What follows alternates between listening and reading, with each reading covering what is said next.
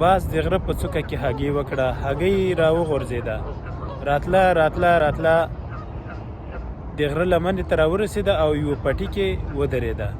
چرګه راغله، پر هګۍ د پاسه بله هګۍ وکړه، نورې هګۍ وکړې، اخر ورباندې کوړکه سوه او بچې یې وزېږول.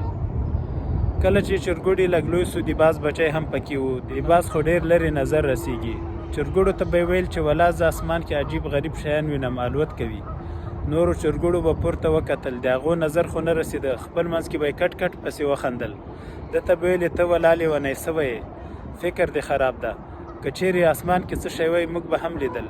د باز بچي به بیا په خپله خبره ټینګار کاوه، ورته ویل به یې باور وکړئ زه یې وینم، تاسو به یې نه وینئ. خو نورو چرګوړو نه ورسره منله.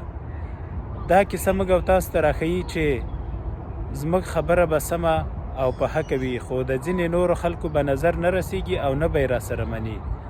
نو کوشش دا کوئ چې د خپل ځان لپاره داسې سیالان او خلک د ملګرتیا لپاره وټاکئ چې ستاسو له فکر سره جوړ وي. هسې خو نه وایي چې مرغان هغه سره کینی چې بڼکې سره برابرې وي.